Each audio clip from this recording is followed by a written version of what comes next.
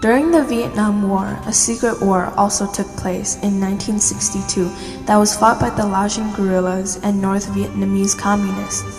The leader of the Laotian guerrillas was hired by the US to fight against communism, and he was even called one of the greatest heroes in the Vietnam War by the director of the United States CIA at the time, William Colby. This man was known as General Vang.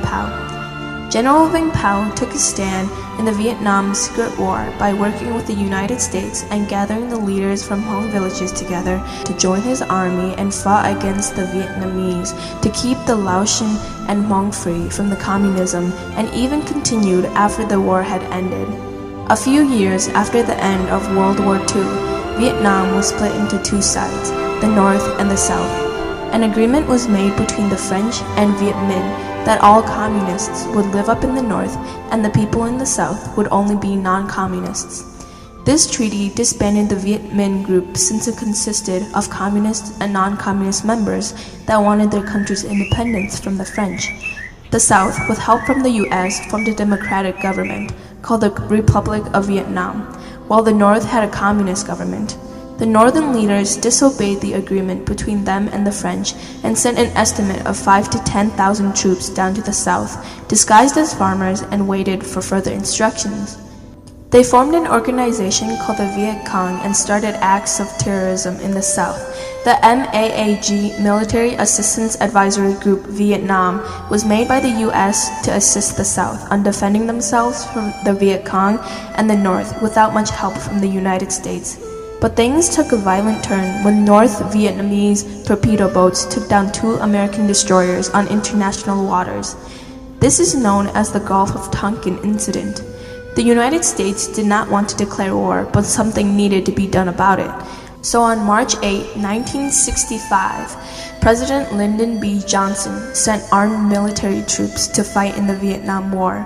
By November 1967, the number of American troops in Vietnam was approaching 500,000, and U.S. casualties have reached a total of 15,058 killed and 109,527 wounded. Thus, in 1973, President Nixon withdrew all American troops from Vietnam.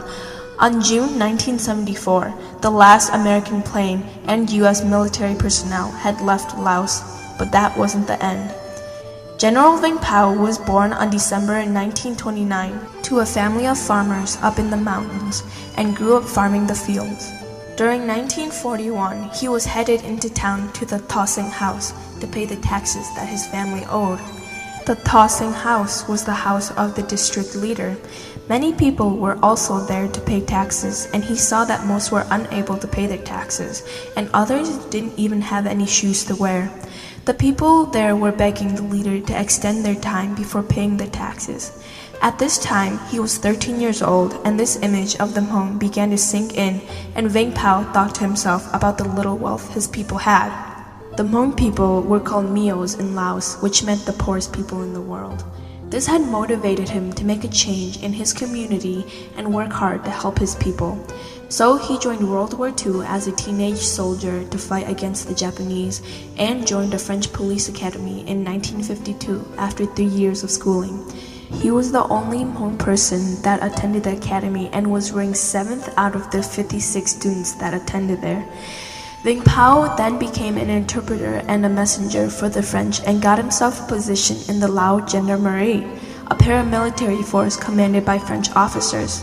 From there, he worked his way up to sergeant major and later went to officer candidate school to become the first Hmong officer in the Laos army.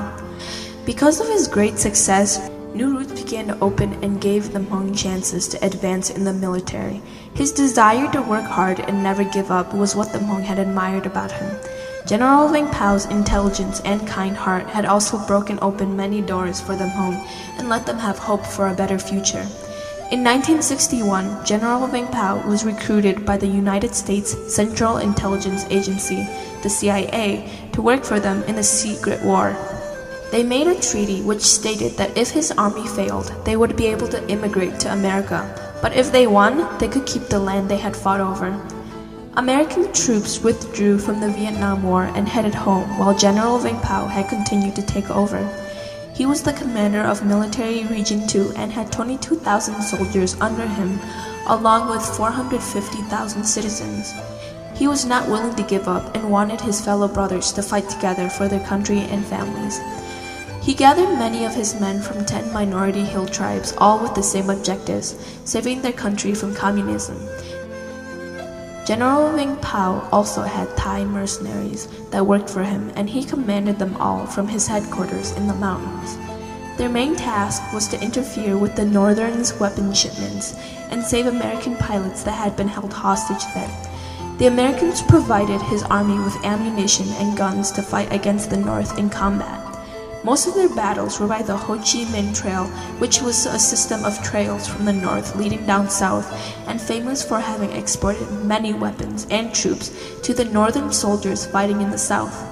Throughout his fight, he and his army of guerrillas had destroyed many troops and weapons that were worth billions of dollars. By the end, General Vang had lost more than 17,000 men, which was about 10% of the Hmong population, and about 2,500 to 3,000 more had scrambled into the forest, unable to be found. Although they were able to cause much damage, they were not able to succeed, and the Laos government was taken over by communism. The war had ended in 1975, and the new Laos Communist government, Pathet Lao, had declared to wipe out all the Hmong that had been part of the secret war and those who did not submit to them. This had led many of the Hmong people to leave their homes in Laos and take dangerous routes to Thailand to live in refugee camps. Many of the Hmong leaders or village heads that served a larger part in the war were poisoned, and some were even taken to torture grounds to get killed. General Vang had fled to America along with more than 20,000 Hmong families who did not just run away from Laos but exiled from ever returning. Coming to America, they were not acknowledged or welcomed as soldiers or helpers of the United States until 1997. Even after coming to the U.S., General Vang continued to help the Hmong have better lives for themselves and survive in the States. Not only did he help the Hmong in the United States, but also those who were left behind in Thailand. He spoke out towards the unjust forced repatriation taxes on the Hmong in the Thai refugee camps, and even helped found the United Lao National Liberation Front. He wanted to go back to Laos to help the people he had left behind reform a bond with their now communist leaders, but Laos had threatened to execute him if he stepped foot on the land. So he and many other Hmong families never had the chance to return to their homes in Laos. Even today, most of the Hmong see General Vang as a very revered figure in the Hmong community. His good nature and smart tactics were able to help his people like he had wished for as a child. General Vang took a stand in the Vietnam Secret War by gathering his people to work together and for the U.S. to stop communism, and continued to help his people when he was in the United States.